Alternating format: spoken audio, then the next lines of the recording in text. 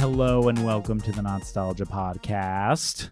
A podcast where we discuss the retelling or continuation of pop culture favorites as seen through a queer and feminist lens. My name is Eric Lefebvre. And my name is Jessica Dracero. And Sorry, this were week we doing it's a so musical crazy. thing? We were doing something. I don't know. I don't know. This week it's so crazy. We found this like videotape in this like abandoned government warehouse, and like we played it, and it was just like, is this footage from like a real thing that happened? Oh my God. And we were like, that's so crazy. We just discovered something amazing. We watched Cloverfield. I don't really know where I was going with that, but we watched Cloverfield and Cloverfield Paradox. Now, before all of the haters flood our DMs with, you skipped 10 Cloverfield Lane, you skipped 10 Cloverfield Lane, you skipped 10 Cloverfield Lane. Yes, we did, because these two movies are sort of parallel films where, well, so is 10 Cloverfield Lane, but we get less of the parallel in Cloverfield Lane than we do in Paradox and Yeah, I didn't watch 10 Cloverfield Lane, but after because I read the synopsis, I was like, oh, is this like a thing? And it was like, oh, this sounds very gross. Well, and I don't know. I will say, I do really love Cloverfield Lane. I think it's a fantastic movie, but in the same vein as Paradox, it is very much a movie that existed before, and then it was like, wait, what if this was a Cloverfield movie? And then they threw in a couple elements to make it happen. They did that for Paradox, yeah. Which you can definitely tell. You can tell. And in Cloverfield Lane, the same. You can kind of tell because it really is more of just like a psychodrama. And then suddenly at the end, it's like, wait, something happened in the city? And you're like, okay. And that's the thing about that one is it's like the twist at the end is like, oh, this is why this is in Cloverfield, right? Where it's not necessarily about Cloverfield. It's just like a story that happens to take place, and it only tells you at the very end how it's connected. Yes. So that's why we decided to do these two. Also, there is Cloverfield 2 coming out, so maybe then we'll do 10 Cloverfield Lane and Cloverfield 2 or whatever. Yes. Because I do, and I am excited after watching both to compare these two, because I remember working at Schmizme when I was, like 18, woohoo, okay. After our shift, we would always go to like the midnight movies. So like when I say that I miss movies like in the movie theater, I miss the midnight movie experience where we would all go see, and it was before like Avengers came out or anything, right? So we would all go out and see like, I don't know. I didn't go to Transformers, but everybody went to Transformers or something like that, right? So I remember, maybe we went to go see The Simpsons, and there was this trailer for something, and it was just so wildly different. And we're like, what the fuck is this? What is happening? And it was Cloverfield. We're like, I remember the trailer being so good that literally everybody in the theater was like, what the fuck is this? I need to see this. And there was no information about it, right? It was very like, it didn't tell you it was a monster movie. It didn't tell you what was happening. The marketing for this was very fucking good. And then we saw it in theater and I fucking loved it. However, because again, we went to the midnight release of this because of course we did. The theater was packed. We, had gotten there a little bit late. So the only seats together with like, the group were in the second row.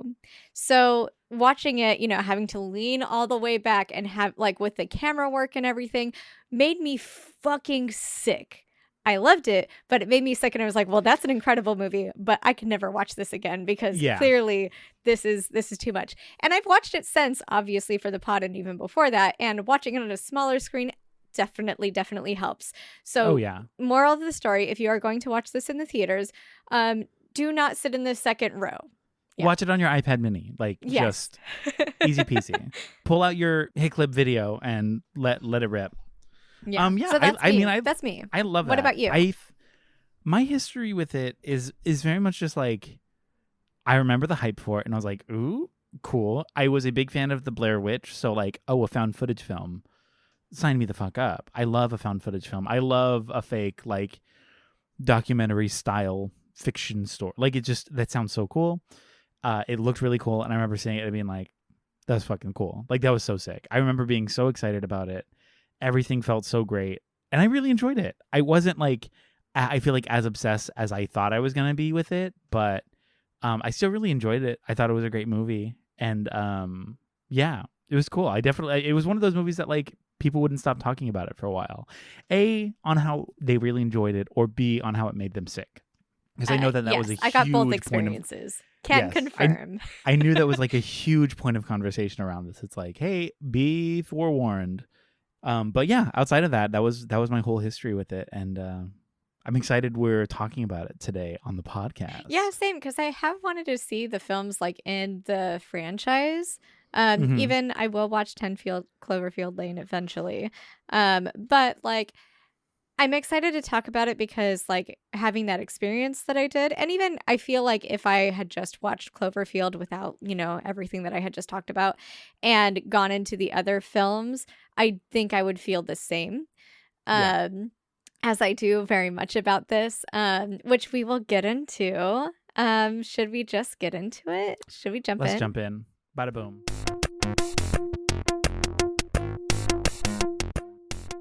Following several U.S. Department of Defense disclaimers, we see personal camcorder footage of Rob Hawkins and Beth McIntyre sharing a sweet moment in the morning after hooking up. The video abruptly cuts to Rob's brother Jason and his fiancée Lily a month later while they put the finishing touches on a surprise farewell party they're throwing for Rob, who just accepted a job in Japan. Lily enlists Jason to record a farewell video for Rob, who quickly passes the job off to Rob's best friend, Head. The surprise party is a success, but Rob can't stop thinking about Beth, who arrives at the party with another guy. Tensions run high. Rob and Beth argue. Beth leaves. Lily and James try to comfort Rob while Head takes this opportunity to tell the whole party his best friend's secrets, act like a total creep towards his crush Marlena, and do basically everything except get farewell testimonials from Rob's friends. The party comes to a screeching halt when an earthquake occurs and they see their city start to burn. Rob, Jason, Lily, and Hud head out to the street and discover a literal monster is tearing their city apart. They find Marlena and decide to get out of the city via the Brooklyn Bridge, which unfortunately collapses in the middle of their crossing, killing Jason in the process. At the same time, Rob gets a call from Beth claiming she's hurt and trapped in her apartment. Rob decides to go save her, and the group follows, monsters, military, and impossible odds be damned. Along the way, Marlena dies from a monster bite after saving Hud. The trio eventually make it to Beth's, and together they head for the evacuation center to board a helicopter. Unfortunately, the helicopter is struck down by the monster, Hud is killed by the monster, and Rob and Beth share a final moment together under the bridge as the bombs start to fall on New York City. The footage then cuts back to Rob and Beth's date 1 month earlier, when the two were a normal, happy couple. And in the background, we see something fall from the sky in the water. Okay, I did forget about that something fell in the background, and actually I didn't see it this time, and that actually I need to go look at it real quick because that was a huge moment when I realized the first time I saw it that was something that happens. I lost my shit. I was like, completely that's so cool. forgot about it too. And then Danny, because Danny had come over. Hi, Danny. But he had come over and was watching the ending with me, and he was like, "Oh yeah," and then the monster, and was like, what? Like, wait, did I miss that again? So like it took him saying it because it is so subtle the way that happens. And I think that is, it was just a really nice way to like tie this story up, like to bring it full circle. I love that. Oh, yep. Okay. That is so cool. I like that you just went back and watched the clip. Well, because I forgot about it. And then I remember seeing it for the first time after it came out, after I'd already seen it. And I was like, insane. That's so sick. Mm-hmm. I love it. I'm obsessed with it. It wasn't like super like grand, like, you know how like when a lot of the time, like at least with modern films, when like somebody does something smart, like a filmmaker, they're like, oh my God. And they have to like make sure that you know, or make sure that you like, right. But like the way that this film does things like that, it's so subtle and it's just there, and you can like even at the end, like after the credits, I think there's like you can hear them breathing or like asking for help or something like that. Like there's so many wonderful touches to this movie, and I feel like that's just one of them. But yeah, go on. No, I think that's great. I think overall, Cloverfield, I think it's a really interesting movie. I think it's a good movie. This viewing, my biggest issue was what's his name on with Head. Like the crux of the story of him like going back to save the girl that he never like committed his feelings to. I know that it's hard and like you have to get back there. I love the story of like, you guys do your thing. I have to do this. Like, I have to save her. It's a must. But the sheer confidence of him being like, hey, U.S. Army, you need to save this one girl because I love her. And I get that you're busy, but you need to figure this out for me. I was like, what is this? This is so goofy. Like I know that he's stressed, and I know that they're like on the verge of death, and that like she's probably dead. So he's probably not making a whole lot of sense. But it is so like just the level of confidence of just being like, I know the army's probably really busy right now, but you need to save this girl because I never told her that I loved her. And you're like, I think it's so I was really funny. into it, actually. Really? And I was really into it because I feel like his character, like, I mean, we're going through, I love the way that this movie cuts in between, like, it starts with their relationship, or like, the morning after, like, I've always loved her, but I can't. And like, you even hear them talking about Japan, where he's like, you think I should go? And she's like, yeah, absolutely. Right. Where neither one of them are actually telling the truth. Right. And I think it's also really interesting that we see the monster drop when they start to like build this divide between them, because they're both totally in love with each other, and neither one of them is being honest about their feelings or about what they want in that moment, because they don't want to hold the other one back, or whatever. But like, that's ultimately what destroys them and everybody around them, quite literally. And even before, like at the party, right, we see so much drama happen just around this fact, right? But we also see a young Ben Feldman as the new boyfriend. Yes. Which I was like, what? I forgot. I completely forgot he was in this movie. As a big fan of Superstore, I was like, oh, okay. That's right. But yeah, so I do really love the fact that we're going through, there's this journey, and he's just like, okay, well, the whole world's on fire, I guess. And he's like, we see that the only person he cares about being at this farewell party is Beth, right? And he's leaving. So he's, even without this monster, I feel like his mind is just only solely focused on Beth. He doesn't even know what happened to anybody at his party, right? He's just trying to get the fuck out. He loses his brother, who's a shithead, but he loses his brother. And he's like trying to be there and console his like fiance. And like his best friend is being an asshole. And like in all of this, he has to tell his mom his brother is dead. And he lies to her again, telling her that like he's safe, he's on the bridge or whatever. But like, so I like that, for him, he's like, oh, I need to be a company man. I need to make money. I need to be a vice president. Like, all of these things that like society tries to put you into and say are important. And so he was doing that and doing what he was supposed to do. And his like rationale for not like calling her back or whatever was like, well, I'm going to be gone. That's not fair to her. He like, which is wrong, but like, I get it. It's complex, right? So the fact that in this moment, like, is she dead? Maybe, but I just lost my brother. My first way out didn't happen. Another person, like Marlena, just died. Like, all these things are happening. Literally, the world around me is crumbling. And the girl that I love just called me begging for help, and nobody is going to help her. So, like, if like David were trapped and he had called me, like, I mean, we're married, so whatever, but like, I would absolutely you guys like each other? Confidently in the face of anybody that I thought had any sort of like authority. And I think that I don't know, I think it was really romantic because like, and also he wasn't like, hey, you guys have to come with me. He was like, look, you guys need to get to safety. Do what you have to do. I have to do this for me. Like that was his epiphany. This is my truth. Oh, yes. And this is where I belong. And I'm a fucking fool for thinking that I could leave her and leave like this. So the calmness, every time he's like, you guys do whatever you have to do. I'm going to go do this thing. I agree. I think I'm like, yeah, the world is literally ending. Who do you need to be with now? What is the thing that you have to do that you did not do, that like you had to say these words to this person and like you never got the chance? Or you were afraid to, and suddenly there is no more time. There could be no more time. Like, you have to go do this. I was more saying, like, when he sees the army soldiers, it's just the level of, like, disaster mode. Thousands of people are dying every second in the city. And he's like, well, my girlfriend's at her apartment, and you need to go there now. And it's just, I understand in the context it is like romantic and he's doing it, but like because we've already seen so much, like he sees that the army has no control over this thing. It's like destroying everything. He's like, hey, take a break fighting the monster and like come help me real quick. And I just think it's so funny. I would absolutely try to do He has- that too. 100%. Yeah, that's true. Like, and he's used to having this place of privilege, right? So if you're not going to try to exercise that for the dying love of your life, like when are you going to try to exercise that? So I mean, I get what you're saying. It's a little bit silly, but like, I mean, I don't know. I was all in at this point. Yeah. Because I do like it's very sad and it's very like intense. And it is just the movie does have a tinge of silliness to it. Like I know that Judd.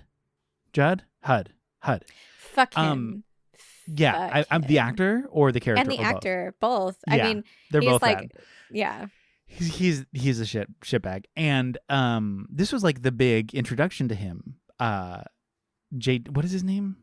TJ Miller. Why did TJ Miller? I was gonna say JD Bowser. What is my brain? TJ Miller. This was like the big cinematic introduction to him as like a character, as an actor. Like this was like one of the big things. But to me, because he is the comedic beat of the movie. Like whenever it's like, oh no, you got bit. Like what? Like he's always the one to throw in the little punchlines to like alleviate the pressure of the intensity to like give it a little bit of a or to cause layer. the pressure or the tension. Oh yeah, right? Like he escalates that so hard. He really does. But in that scene, I think what tinged it for me, because like part of me just doesn't like the main character, like the romantic guy, just because early on it's very clear, like he's with this girl and they're in this like lavish apartment. So first of all, I'm like, oh, rich parents, get fucked, right? Secondly, the whole time he's just like, I gotta go and like I can't just say it. It's like you are the biggest fucking coward. Yes. Like this is somebody you've literally, you said you've been friends since you were kids. She should be the closest person to you. But in my head, I'm like, I understand the hesitation of putting yourself out there. But you've already spent a day together.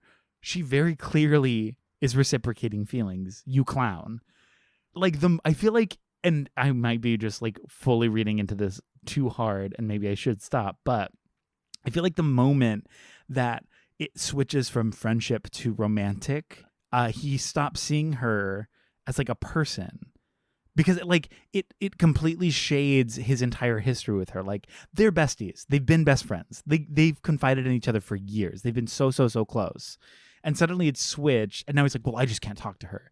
And I get it, but it's like the most boring straight guy thing in my head. I'm just like, and I know that that's what the character is, and that's what makes it complex, is that like he's kind of an asshole. And even in that scene when they're on the fire escape, his brother's like, look, dude, you're kind of a douchebag.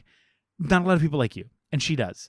And she's amazing. And she's honestly too good for you. So the fact that she likes you, I don't even know why, but the fact that you're leaving away from the chance to be with like this really amazing person, you're dumb. So you should really not go, and you should talk to your friend. Like, talk to her. Mm-hmm. I know that we were like seeing them in this weird position, but in my head I'm just like, yeah, I absolutely like, I mean, he's a dumb boy and he needs to learn how to use his words, right? And like I understand that like sex and platonic love switching to like romantic love, or maybe romantic love was already there, but once it's like fully there, you know. Yeah. I mean, she's also, I mean, it didn't sound like she called him either, you know? No, it's true. So I get he's moving away. This is a big thing, whatever. But again, like, I do think that they should have talked about it. But I think maybe in that switching from platonic to potentially romantic relationship, there needed to be more conversation. But that's something that a lot of people in straight relationships don't really do very often, and it takes like an act of God or a monster for this to happen. In relationships in general too, like I understand the reality of this because it's very real. It's a very real thing that happens, and I understand that. I'm just frustrated with this character because in my head I'm just like, like, I know that that's part of the drama and the angst and the anguish of the what if and the longing and the I never got my chance and here's my chance and I'm going to scale this building as it's crumbling to save you because I Oh love my you and I God, need you to know yes. it. And it's like, I know that that adds to the romance. I know it adds to the romanticization Okay, of the and when action of he the like film. looks at her, like when he like finally gets to her apartment and looks at her and looks like nothing else matters in the entire world, I was like, yes. Yeah, it's cute and Yes. it's very sweet. And I'm so happy he did it. But it's But so maybe hard for me if to you get just past talked him being about your such a little feelings, baby. Oh my talked God. about your feelings, then she would be at the party. You wouldn't have had to go on this excursion and save her, and you probably would be safe now. Maybe everybody would have been safe had they actually talked about their feelings. Yeah. And that's why I like the idea that the monster, like the second that they stopped being honest with each other and they put up those walls that you're talking Yeah. about, was in that moment where instead of saying like, hey, I really like you, she's like, I had a good day, right? And then boom, that's when the Yeah. walls came up, that's when the monster came in. And then, she shows up with another guy, monster starts attacking, like I like the parallel between probably what he was feeling at that moment. Like I like that a lot, and I don't think that they intended that. But for me, I'm just like, yeah, this is what happens when you don't talk. Like not only does it like destroy your happiness in your life because It like destroys the world. it destroys everything around you, right? Like Yeah. not having this sort of communication, right? And his one regret, like you said, is like, it sucks because Lily's there and she's just like, oh my God, my fiance, I love him so much, which I don't know why she loves him so much.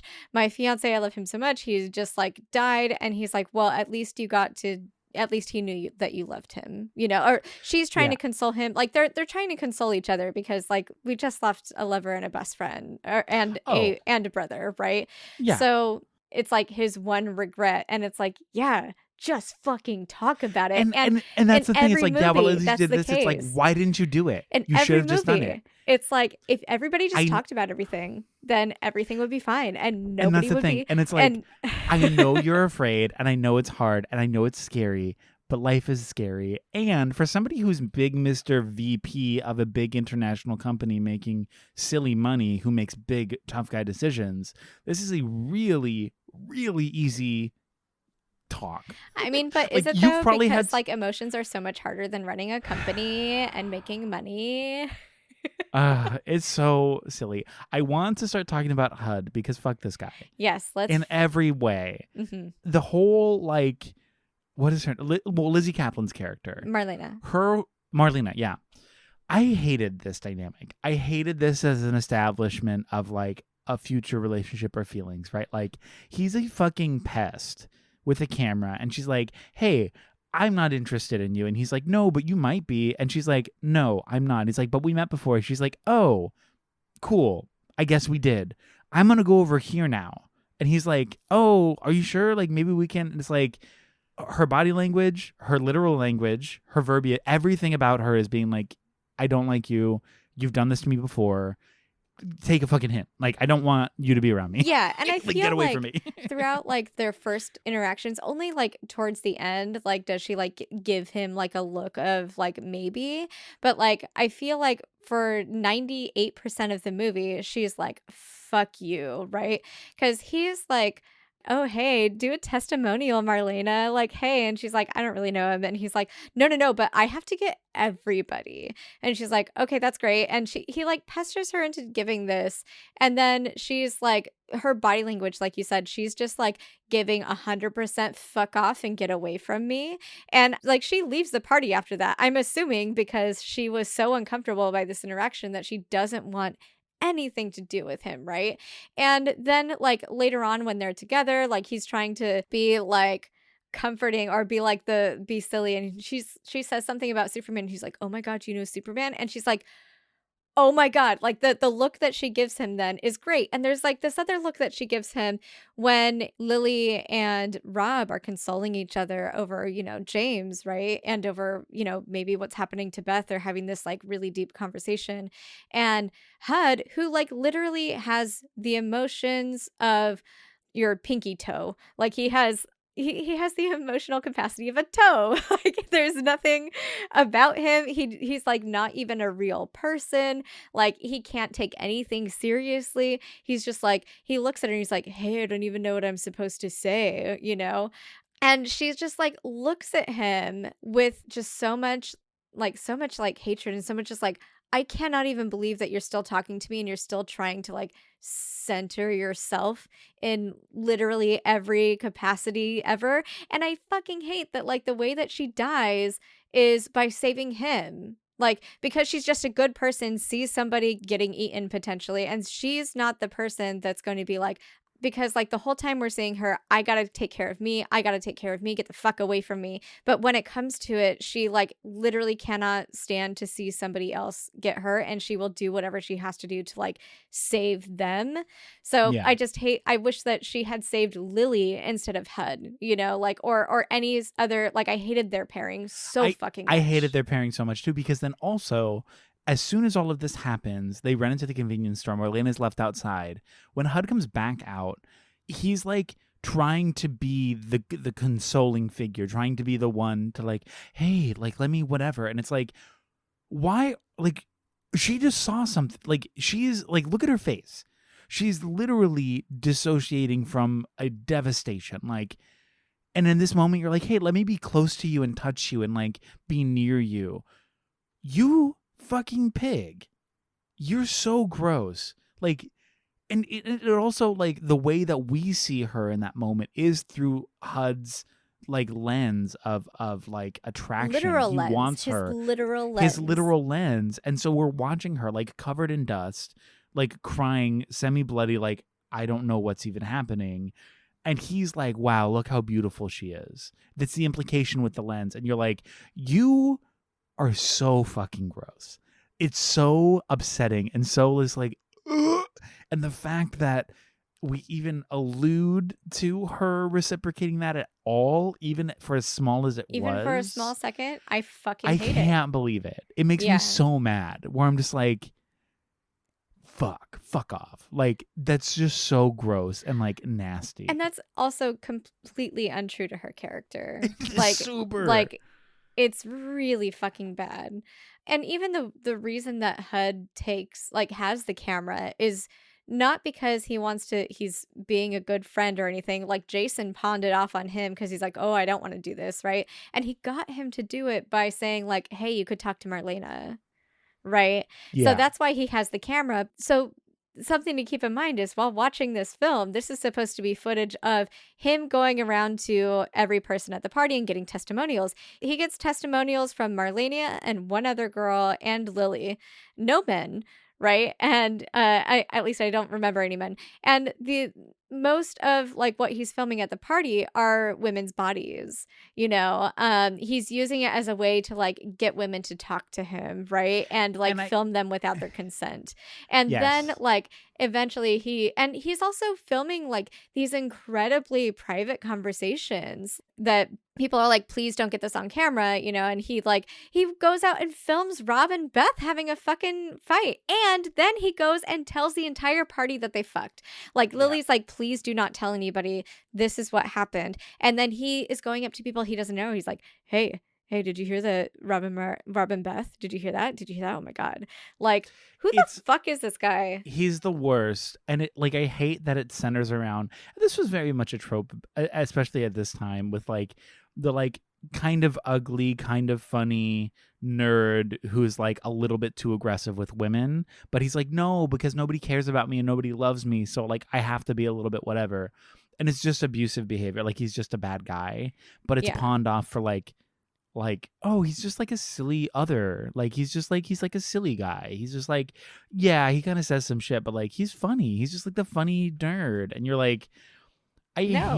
I hated how much that was like such an acceptable part of like cinematic dynamics as far as like characters.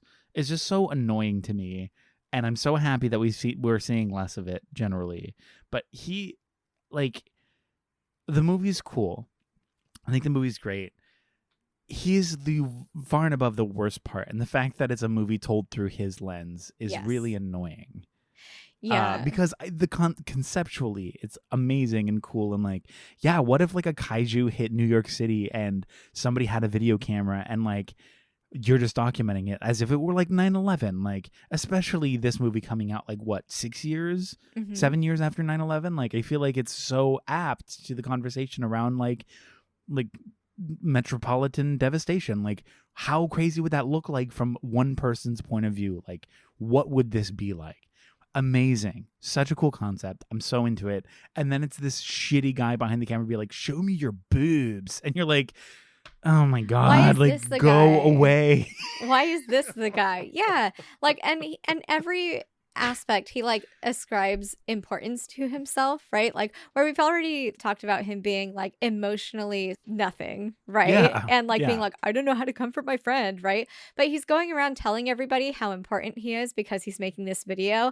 And then it turns over to like, oh, well, people are going to want to see this. People are going to want to know what happened. But even in that, even like when he's trying to like say like, oh, well, now I'm filming because people need to know what happened here in New York City, he's still getting these super private moments where like creepy like moments where like because it's this character, like because this character is the one that's doing that, and like filming all this, it adds this extra layer of gross. And then he like makes every other character, like he makes Marlena suffering about himself. Like Yeah. everything has to be about him. Like he's not even like, that sucks so bad for my friend. He's like, what am I going to say?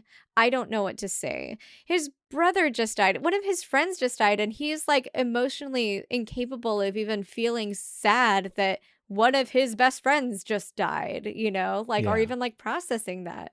I just really fucking hate this character on He's terrible. literally every level. And then like in the worst moments he like comes up and he's like, conspiracy theory about flaming homeless men, like, oh cool, our options are die in the streets, die in the tunnels, or whatever. And you're just like, why are you saying this right now? Again, Yeah. you're making this about you, and this is, you are the least important person here. He's the most repellent like just that character, that guy, they exist. There's so many of him, and they're the most repellent people because not only are they narcissists, but they think because they're generally not as attractive that they can act a certain way because they're like, well, I'm not a pretty guy. Like it's like, no, you're just a narcissist with a god complex. Go fuck yourself. Get out of here. You don't see anybody as people. You see them as things to play with.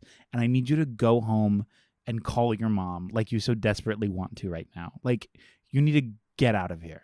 It's just so I hate it. And the more I think about this character in this movie, the more I'm so sick and tired of it. Because again, those quips, it's like, shut up. Like just shut up for a second. It's like, oh, well, like go away. Go away. Yeah. People are dying. Go away. Well, and again, like because you know that this is the person that is filming everything, and Yes. like it just like to me, like even though like it is, I do feel like the story is told really well. I love like, you know, like, oh, let me rewind, and then you get like a little like, you know, couple seconds of the date that they had to that Beth and Rob had together, right? And then right back here, like I think it's really well told. I think the scenes that are there are all necessary and all good. But I really hate that it's through his literal lens. It makes every scene and every like, you know, all those like private important conversations and everything, it feels so intrusive and it feels so violating. It really sits really bad with me, but I do think that the writing is good for this movie. I think that all the Yeah. scenes are great. I think all the characters except for him are great. I like I love the idea that we're getting this like monster movie, like Godzilla kind of movie from the ground, right? We're getting this, you know, this firsthand account of like people that don't even matter, right? Like to in this general scope, because generally we get like, you know, the scientists or the Like the army person who people or discovered it, or like the yeah, daughter of the president or something. or And like the this is people like a that are going to take nobody care of it. yeah, and this is Yeah. just a nobody loser in Bushwick. And Like I that's love it. that. I think And that you're like, is like okay. Cool. That's one of my favorite things. Is like, do they know what's happening? No. Like, are they Yeah. getting bitsy pieces? Sure, but they do know that they are going to cross the street to go to the subway where there's this monster and like literal gunfire and like rockets like going behind them. Like that stuff. Like I was like, this is incredible. This is so good. But I hate Yeah. that it's HUD. I hate that it's HUD. Same. One thing that I took issue with, and it's one of those things that's just like perpetuated racial stereotypes. But the scene when like the electronics store starts getting broken into, Mm-hmm. I understand that there's a general perpetuation of like how you perceive things on the news. And I know that a lot of white people made this movie. The fact that it's like all black people breaking into the electronics store, and then the only person in that group who is white is like a young guy, like a 19-year-old guy. I understand that like in the situation people would be looting, but why is it that like I'm asking a rhetorical question. I know why it is. It's racial biases, because oftentimes the news really loves to show looting when it's black people looting, but then when it's white people looting, it's less interesting because it's not as charged, and it doesn't push this narrative around like racist stereotypes. And this movie just perpetuates it again in an unconscious way. I'm assuming they're not like, let's do this, but it's like, oh well, like what would that look like? Probably this. Like it could be a lot of different people breaking into the store. Why is that the choice for this moment? Mm-hmm. Like, why is the group of white people but like, I need to go find my loved one? And it's like you're only showing the black actors as people who in this moment of crisis and catastrophe are worried about stealing electronics. It's just, again, another one of these like inherent racial biases from from creators who may not know that they're even perpetuating these racist depictions of characters. I want to talk about Marlena a little bit. Yeah. Actually, first I want to talk about Lily. I want to talk about Lily, and then I want to talk about the balance between them, because I think that they are both excellent characters to be played Cool. next to each other. Yeah. So Lily, Jason's fiance, there's like the line where she's like, well, not in-law yet, but soon, implying that they're fiancés. So Lily is an absolutely wonderful, incredible human being that literally is better than anybody deserves in this movie, is severely underappreciated. And I wasn't stoked on the fact that our first real impression of her is Jason, fucking asshole Jason, decides that he's going to just record over whatever's on this camera, not realizing that it is the most important video to Rob. He's like, yeah, whatever, I don't give a shit. He didn't even check that. What a wonderful brother. But so he's talking to Lily, and Lily kind of seems like, she's like trying to boss him around and tell him what to do. And she's like, she comes off as just like this really like controlling person. And I really don't like that for her, especially because throughout this entire thing, like, so it starts off, she's the reason why the going away party is being planned, right? Because she's like, okay, I want a good send off for Rob. He deserves this. Let's do this. I'm going to invite all of his friends. We're going to make this video for him. He's going to have all his favorite food, all of his favorite people. It's going to be so great.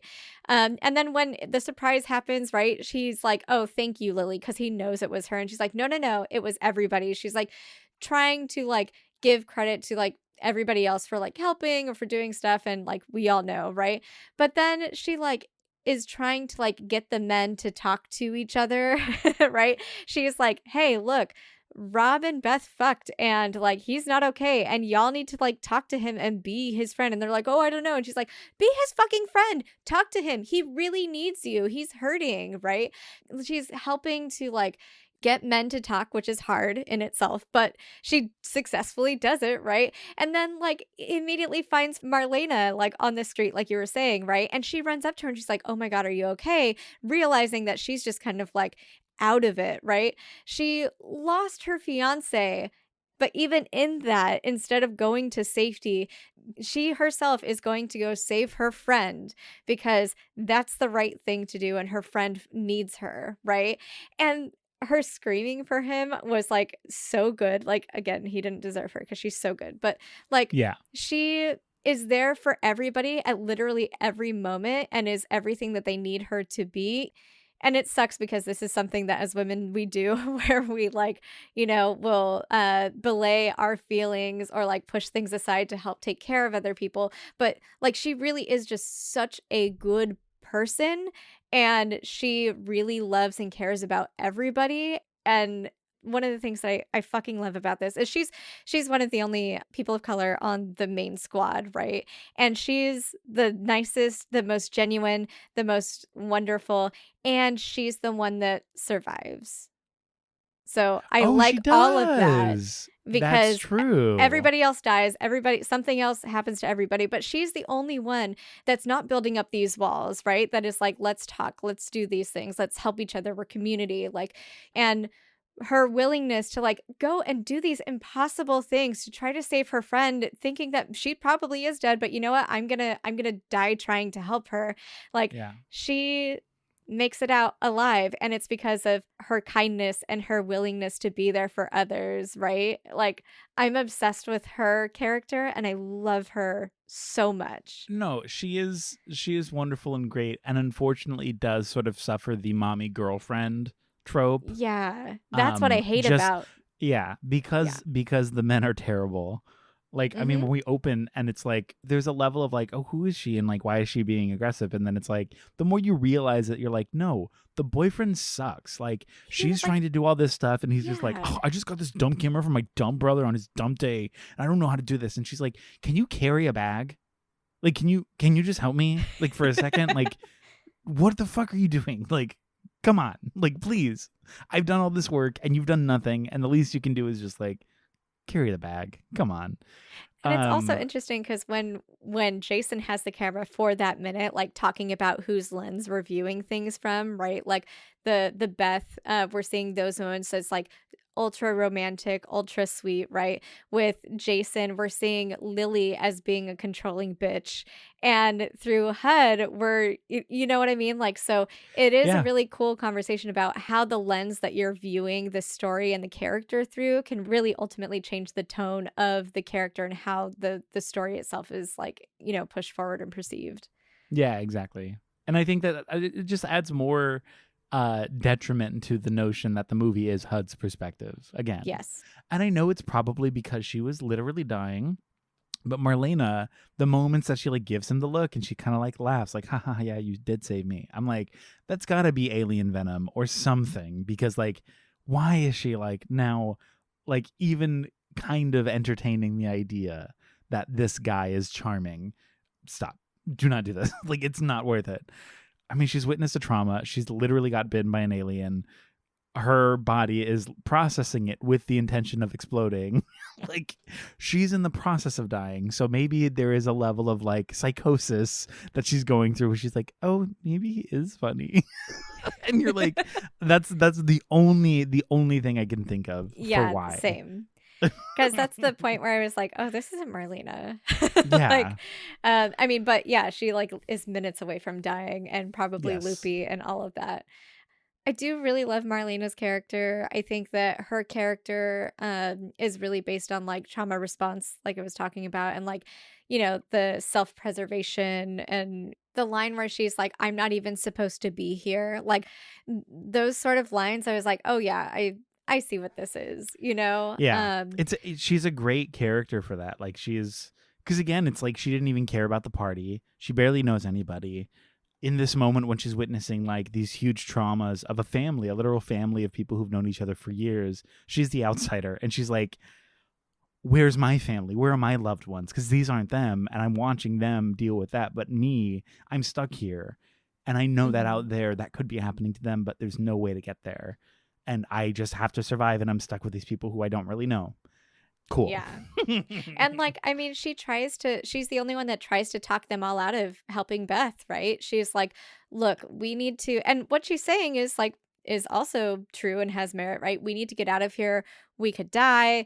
She might be dead. There's so many different factors. Let's just go, right? Let's survive. Let's do this. We have to, I and her playing that against Lily and against Rob, like I think that her dynamic was just really good yeah. with the group.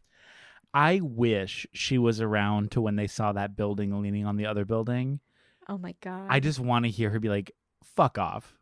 Fuck you. Right? Fuck this. Are you stupid? Are you guys dumb? We're not going up there. You're not going up there. We're going to go up there and we're going to die. Have fun dying. I'm going to hang out in the park. Yeah. But yeah, I just wish we would have gotten her reaction to that. Because as soon as you see it, you're just like, nope.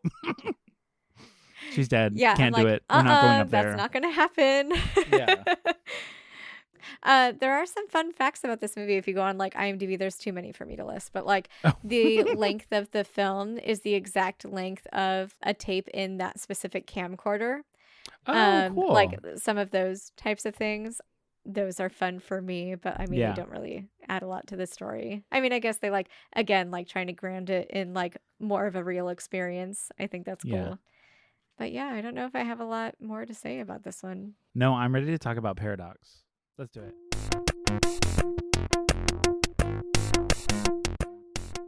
In 2028, the Earth is facing an energy crisis in which all the Earth's energy resources will be depleted in 5 years. A team of scientists are sent into space to test a particle accelerator called Shepard on the Cloverfield station, which promises infinite energy, thus solving the world's problems. After 2 years of failed attempts, even the scientists begin to wonder about the Cloverfield Paradox conspiracy theories, claiming the Shepherd will open portals to other universes and threaten Earth at all times in its history in every universe. With only enough energy for 3 more tries, tensions run high, sparking conflict on the station and the planet. Luckily, their next try succeeds. Sort of. The station appears to have lost the Earth, their gyroscope, and a bunch of other weird stuff. One of the crew dies from their body being filled with worms. Metal eats people. A woman is found in the walls. An arm is missing but comes back fully autonomous, etc. The crew finds the Earth after finding the gyroscope in the worm guy thanks to a tip from the severed arm and tries to figure out what's going on, what went wrong, and how to get back home. They question the woman they found in the walls who claims events that never happened, and they realize that they are in an alternate universe. A lot of unnecessary deaths happen while the crew tries to make it back to their dimension. The remaining 2 crew members succeed in getting back to their dimension and fix the equation to power the accelerator. It all works. They leave their shuttle for Earth, unaware that monsters lay waiting for them back at home. So, yeah, there's a lot here. Okay. First and foremost, Yes. and a sort of unintentional sequel. This movie was written as its own standalone sci-fi conversation around multidimensional travel and other dimension shit as a means of trying to save the Earth from an energy crisis. And then all of the Cloverfield stuff got added after the fact, which is, cool and great. But it definitely shows. It's definitely very obvious that the Cloverfield stuff was an afterthought, which is, fine. Fine leaning bad. But I think the biggest thing and why I wanted to talk about this one over the other one is because of the parallel timing that apparently this one and the first one have. So if you start the films at the same time, the moment they fire the accelerator and it succeeds is the same moment the earthquake happens on Earth in New York City. So it's supposed to be... This is supposed to be the same... And that's my other huge critique about this movie. I don't like that because, I don't know, because I feel like in the Cloverfield that we saw, that happened in 2008. Yes, it did. And we aren't even talking about, I feel like everybody would be paying attention. Everybody shut up, let's watch to see if our energy needs are going to be met. Why would you be having a party? And this is where it gets messy, because that movie very much was of the time. It's happening in real time. And this movie is happening in 2020, or happening in a recent year. And it's implying that that they're happening at the same time. And it's so far, it's just the most what thing, because somebody noticed it, and I guess it was an intentional thing. When they launch it, that's when the earthquake happens, and supposedly that trial, it sends them to another dimension. It opened a tear in the fabric of space-time and interdimensional travel, and a monster escaped, right? that's the implication of its timing. And then again, when they get back and like she's going back to Earth and he's like, don't come back here. You have no idea what showed up. You have no idea what's here. And it's like, they lived out in the suburbs.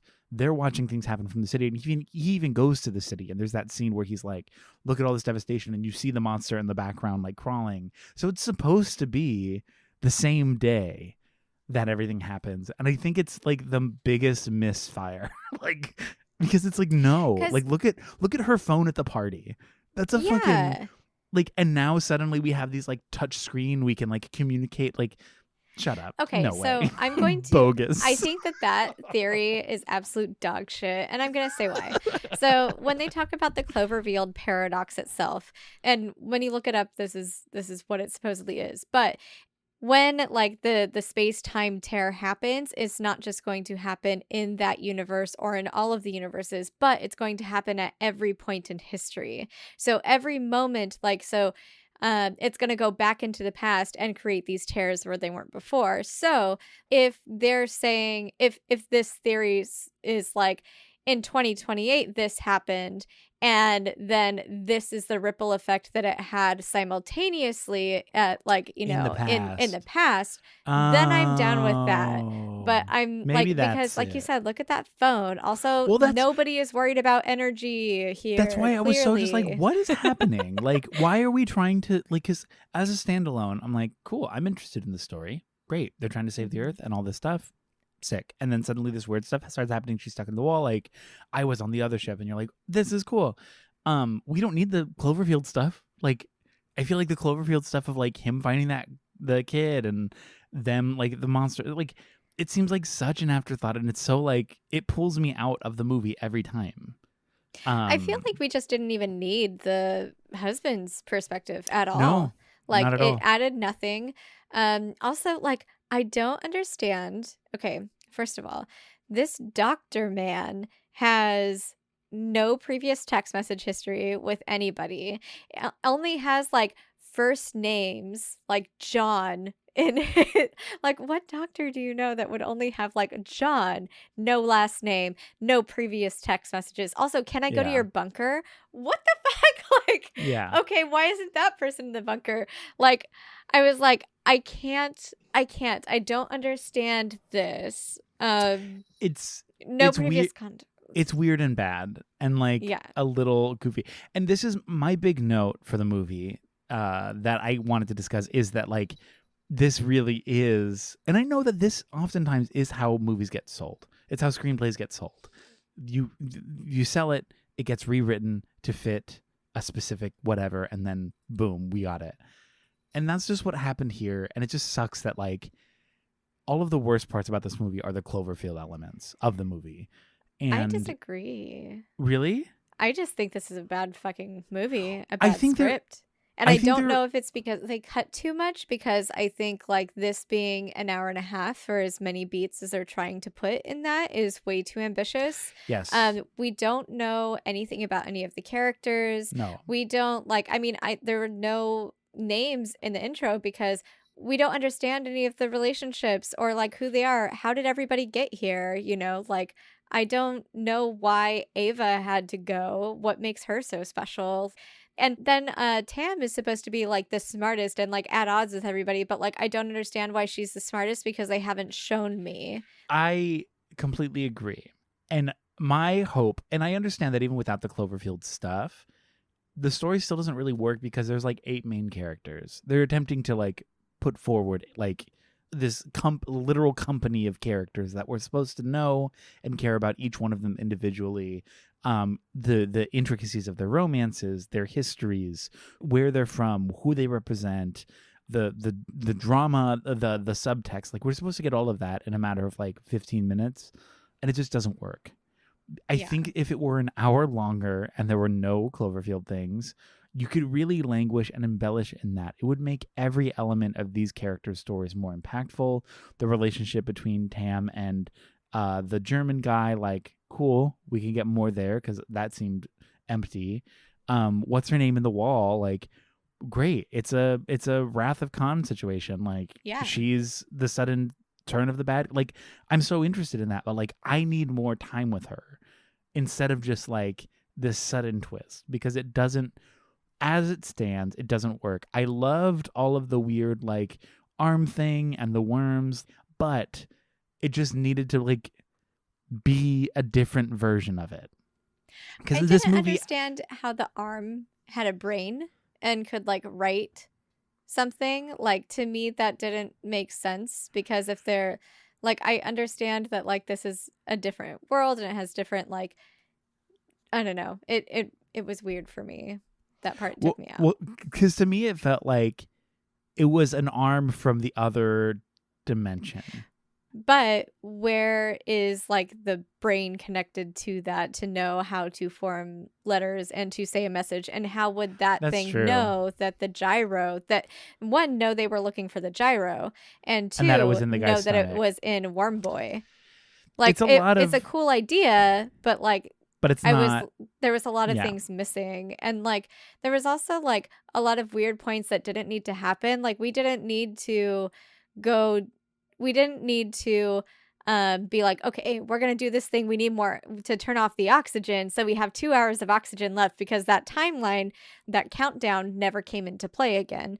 And then there was the explosion. Okay. So then all three of us have to go down, but that didn't need to happen because only one person was actually needed down there. We didn't need that entire scene. Like, I feel like entire scenes we didn't need and didn't add anything. It didn't make Yeah. sense. Also, I don't know if that's how it works when I don't think that water can freeze over and like, and seal the vacuum of space. Like, I don't know if that protects, that seemed really bad and like a bad ending for this character that's supposed to be really cool and badass. Yeah. So like there were all these pieces that to me just didn't work together because it wasn't well established enough, or there was like this thing that's supposed to like heighten the drama or heighten the tension, but like it ultimately fell flat because there was no payoff for it. I fucking hated the fact that Ava killed her children by trying to give them a reading light so they would feel safe. So she was siphoning off extra energy using a thing. And here's my big thing with that. Like it's like, okay, like maybe that could be like an interesting data point because, she killed her children by trying to do something kind and sweet for them. However, this bitch is in charge of the biggest power accelerator ever, and she killed her children with reading lights. How the fuck can she be as important as this film claims when she killed her children with reading lights? Also, yes, that is a huge issue for me too, because the element of like, oh, I'm coming up here to escape. It's like they wouldn't invite you. You're not allowed. You're not allowed to come here. Like, I know that you're trying to escape the trauma of what had happened, but that accident is literally like, oh, you failed. You did this thing and it literally killed your family. We can't trust you to save the world. No. You can't handle this little thing. How are you going to handle that really big thing? That could catastrophically destroy everything. No. Stay home. You're not coming. Why would she shoot the glass instead of Mina? Because by shooting Mina, great, she's dead. You have your ultimate thing, right? But like she decides to shoot the glass, so there's now another hole in space. That how is she like?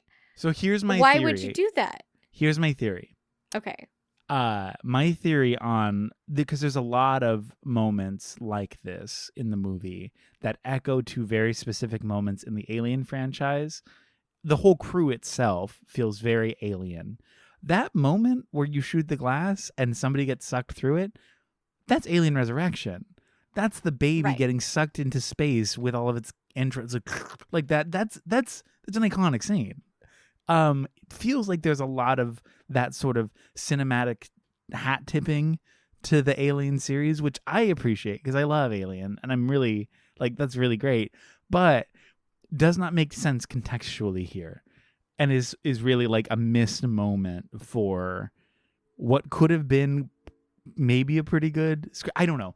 You know what I'm going to do, Jess? I feel like I'm going to look up the original spec that Oren Uziel is the original.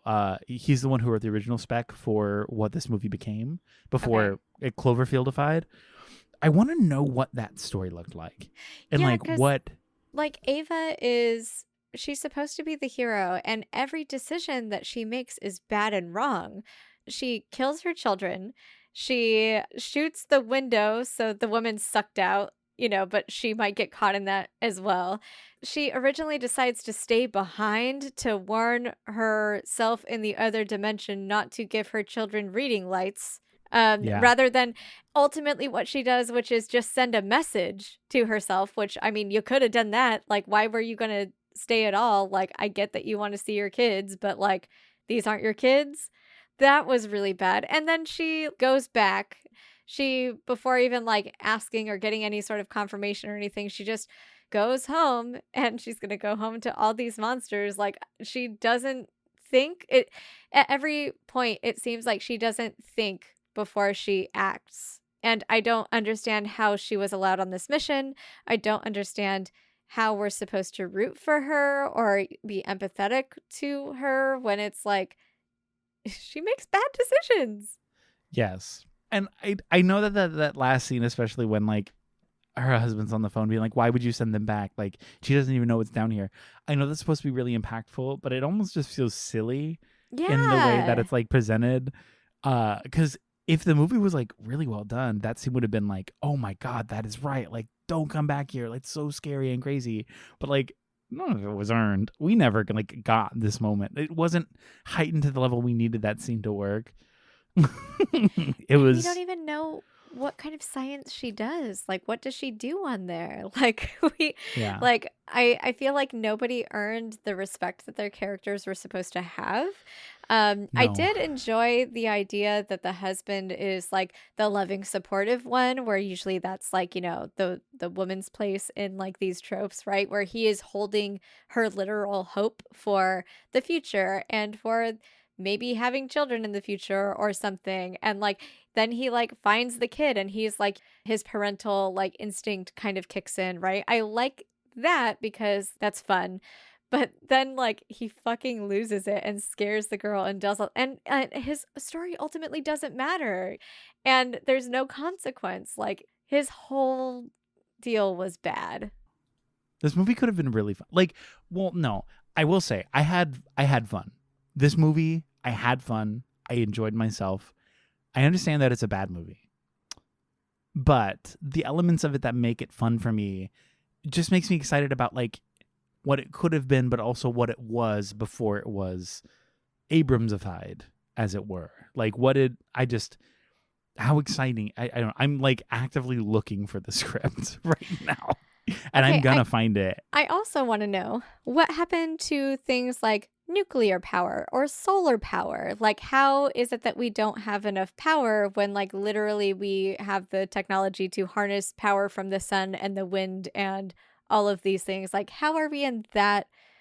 Like, and it's 2028, right? So supposedly there would be more of these things. Or if this is the only way for us to get power, then we would make more of these things, right? Like, I Yeah, don't understand a lot of this. I don't understand how it's like, oh, the equation for unlimited power, like, we fucked that up just a teensy bit, and that gave us the equation for interdimensional travel. Oopsie. Like, well, let's just carry the two over here, and then look, we have just enough power to go.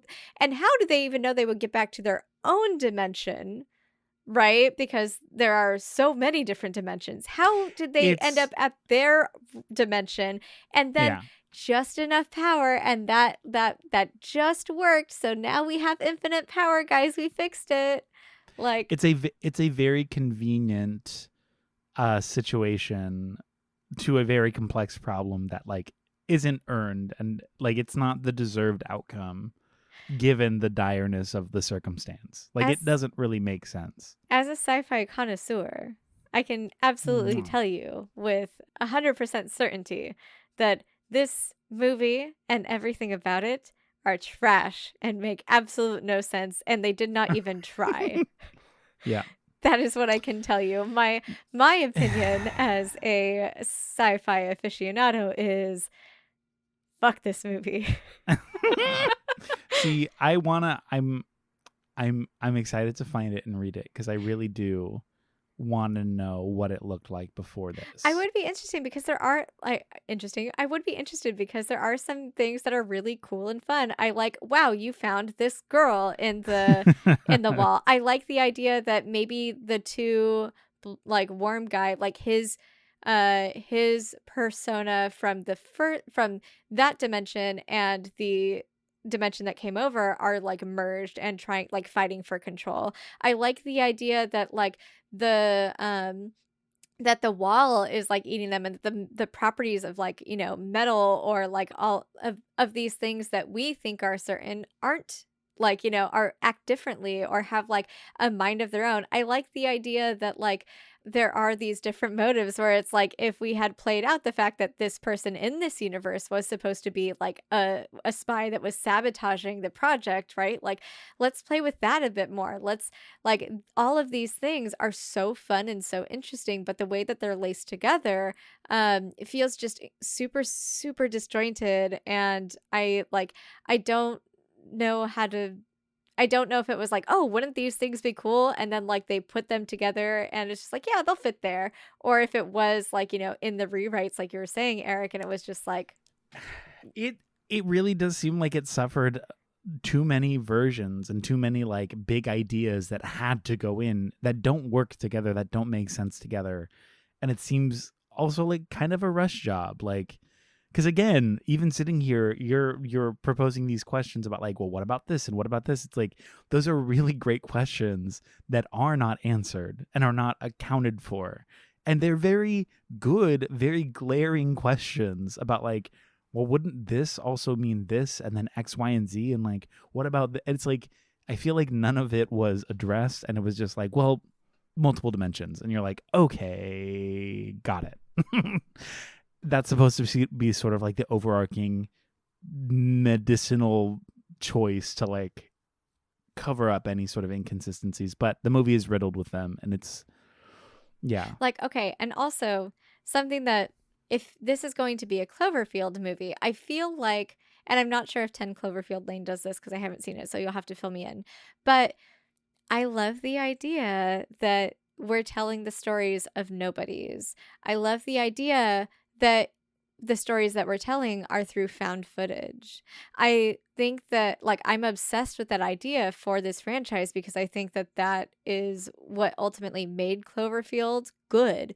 Is that it wasn't about these sensational characters, and it wasn't about like it felt so organic because it's like we're, you know, again, it was all from the same camcorder and stuff. Like I was expecting to see, because I hadn't even like seen any trailers or anything, but I was expecting like, oh man, how cool if like, you know, there's like, you know, just a camera in the side that's what we're seeing it through, or if there is some sort of like robot helper that like, you know, like follows them around or something, or like through the cam on their spacesuits or something. Like I was expecting something like that. I could even like forgive the fact that it's like, you know, again, about these wildly important people that like, you know, the entire human race is relying on these like 8 people. You know, if it was done through some sort of found footage like that, like I feel like, I don't know, and maybe that's just, I feel it'd be like that cool. really made the first one for me. I will spoil it. 10 Cloverfield Lane doesn't have that. It is very much like a movie, but I will say, from what I remember, it's a very good movie because it is really more of a suspenseful drama than it is like a sci-fi movie. They're not accounting for like particle accelerators and like space travel. It's a girl gets in a car accident and then wakes up in this bunker and she's like, where am I? And it's this guy who's like, I saved you. You were in a car wreck and now I'm here to make you better. And slowly she finds out that like, no, she's trapped in an underground bunker with somebody who kidnapped her from a car accident. And she's trying to like navigate because she's also here with somebody else who's held captive. And so they're trying to like figure out how to go. But he's like, don't go outside. The apocalypse has happened. And if you go outside, you're gonna die. And she's like, you're lying to us. And it's the whole movie is that. And then there's like 15 minutes at the end that are like the Cloverfield element of it. So with that in mind, it's like a it's like a drama, it's like a stage play, it's like a drama, like just in this bunker downstairs, three characters, John Goodman and these two other actors, I forget their names, and they're just bouncing off of each other. Nobody trusts anybody, and it's just like, how are we surviving the impossibility of being trapped in this prison with strangers? What does that look like? And so very different than this movie, like, so I mean, very different than both of them. Like, it could not be further from them. And I think that's one of the things I like about the Cloverfield franchise in general, is that they are all pretty different.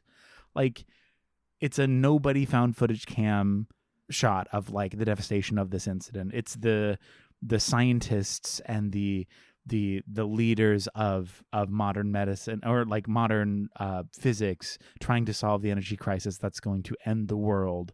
And it's like entrapment and emotional abuse and conspiracy theorist, paranoid captors trying to convince their prisoners that the world is ending because they've convinced themselves of it. It's like these really cool branches of like stories. And I like that, and I hope if Cloverfield continues, it is just another like really weird branch of whatever it is.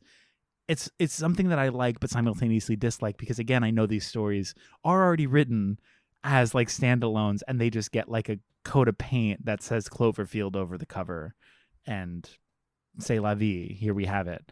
But even then, positive look on it, I like the fact that they're very different. Negative spin on it, they could be good movies without the Cloverfield moniker. Yeah. But I mean, this movie would need a huge facelift to make it a palatable and more like believable or interesting or like emotionally invested film, because it's a lot. It's all over the place. It's very clunky.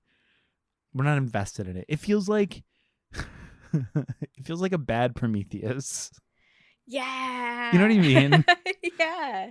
Like, where it's, yeah, they're trying to figure this thing out, but then suddenly everything's like being weird, and they're like, what happened? I'm like, how are we, whatever. And then it's like slowly one by one they're dying, and it's like, how do we just get home? How do we get back? And it really does end on like a hopeless aspect of like, yes, I'm going home, and then suddenly it's like, wait, no, don't come back. Like, it feels very Prometheus. It feels like a silly, bad Prometheus.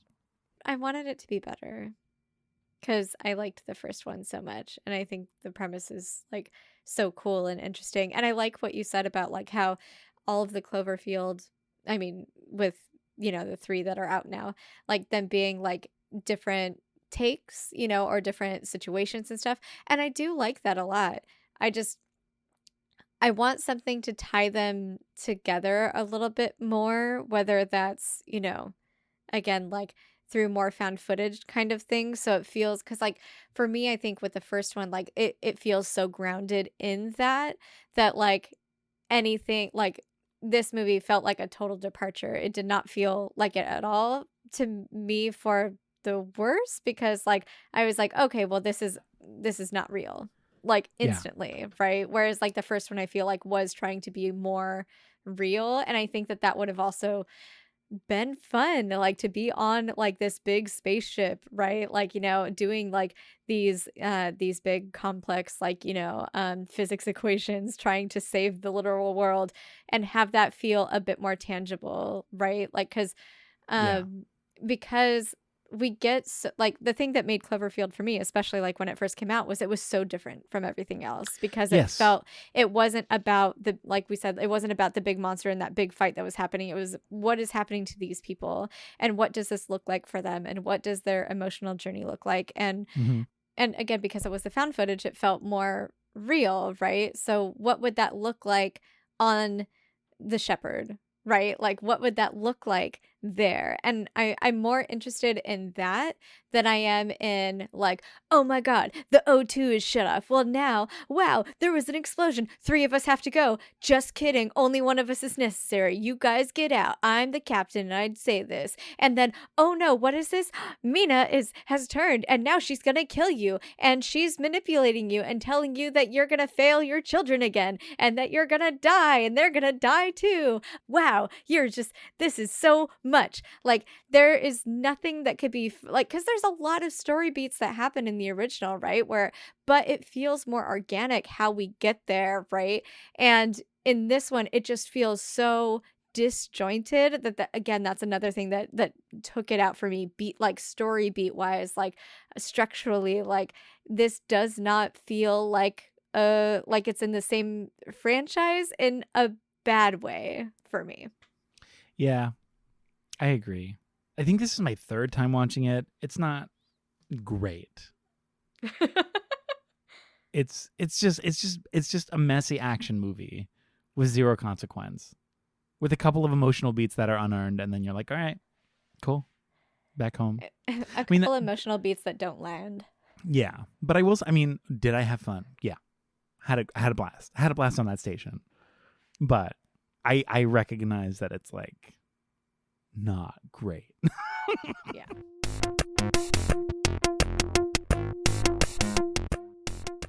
Well, we survived the Cloverfield conundrum, We and we're survived. here.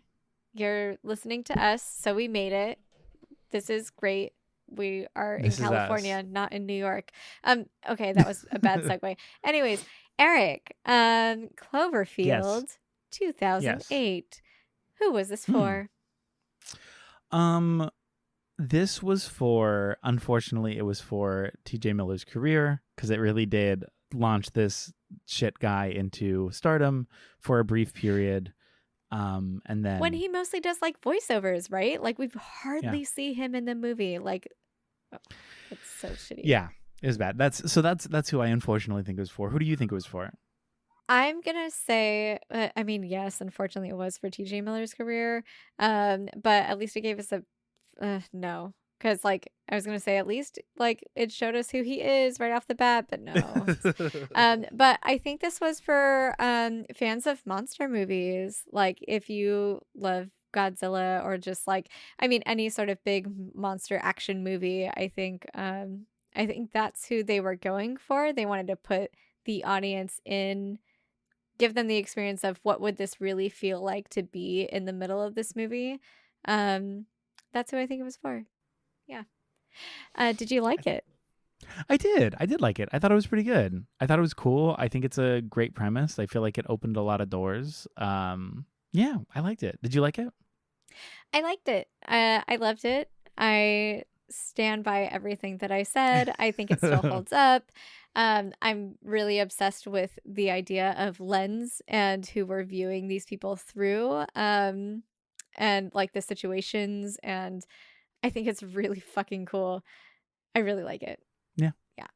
Hell yeah. How about Cloverfield Paradox from 2018, 10 years later?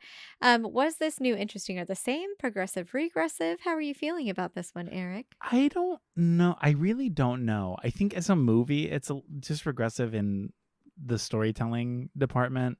I thought it was new and interesting because it tried to do something new and interesting. Does that mean it was new and interesting? Who can be sure? I mean, I guess it was regressive, and yeah, it just was worse. What do you think?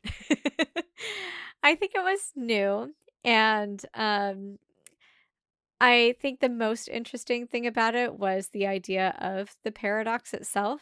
I always find those sorts of things and conversations really fun, but it wasn't interesting because of how it handled it or didn't handle it or what it was trying to say. I don't know. I think it was regressive, even though it tried to be like, look, everybody on the space station knows everybody else's language, and we all are fluent in all of these and fluid in how we use language. And look at, there's an American and a Chinese woman and another American and somebody from the UK. Look at, we're all getting along. Oh, and a German. Look at, we're all here.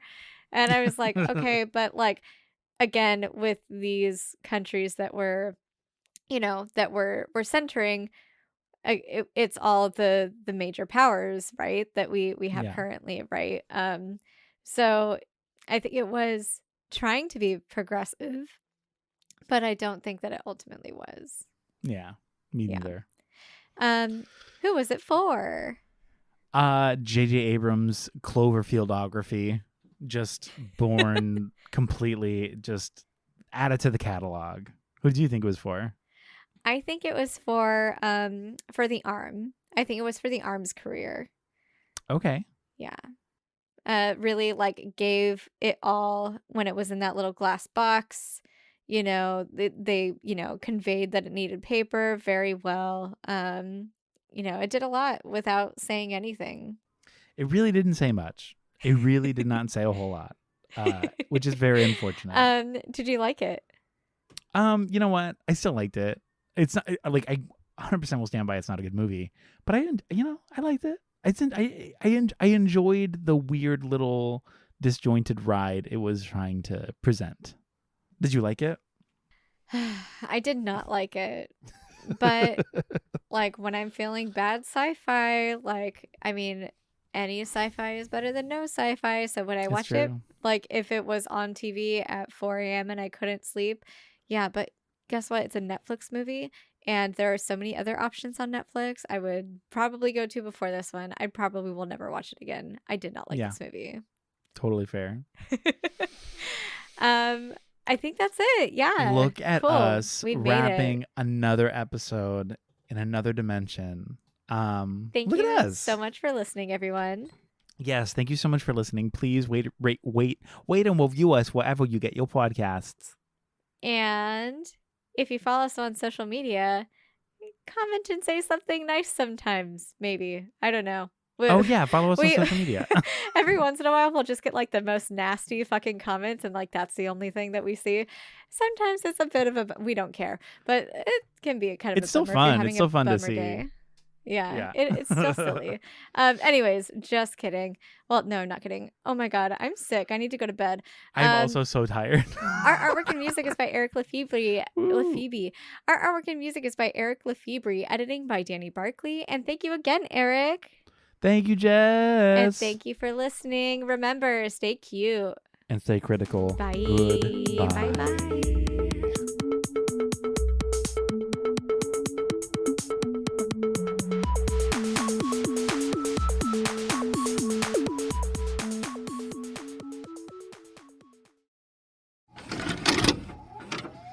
This podcast has been brought to you by the NOTstalgia Network. Visit thenotStalgiaNetwork.com for more. Hey everybody, I'm Eric. I'm Shelby. I'm Jake. And we are the band Lousy Advice from the Lousy Advice Podcast. Come listen as we draft artist and genre-centric best of lists. With the help of our closest friends. These lists are canon. And there's not a goddamn thing you can do about it. From Misfits to Cher.